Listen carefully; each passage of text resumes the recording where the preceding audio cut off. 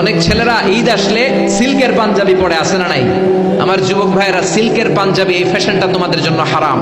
যুবকরা হাতে স্বর্ণের আংটি পরে, গলায় চেইন পরে, মেড অফ গোল্ড, স্বর্ণ দিয়ে বানানো যে কোনো জিনিস ইউজ করা, তারপরে সিল্কের কোনো জামা পরা ছেলেদের জন্য হারাম করেছে কে? ছেলেদের জন্য চুরি পরা হারাম করছে কে? অনেক ছেলে চুরি পরে, ব্রেসলেট পরে, আসে না নাই? কানের মধ্যে দুল লাগায়, আসে না নাই? কুমিল্লা শহরে নাই, কুমিল্লাতেও আছে, দেখবেন কানে দুল লাগায় অনেক ছেলে, এই জায়গায়ও লাগায় আবার। এরপরে ট্যাটু লাগায় অনেকে, ট্যাটু চিনেন? ট্যাটু ইয়াং ছেলেরা এগুলো বুঝবে, মুরব্বীরা আপনারা বুঝবেন না।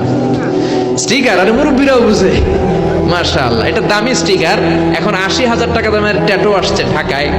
এটা ইলেকট্রিক্যাল শক দিয়ে, নিডেল দিয়ে, ডাইং এর মাধ্যমে রং দিয়ে এই ট্যাটুটা বানায়। কোনো মুসলমানের বাচ্চা এই ট্যাটু গায়ের মধ্যে লাগাতে পারে? এই ট্যাটু লাগালে কোনো ইবাদত তোমার কবুল হবে?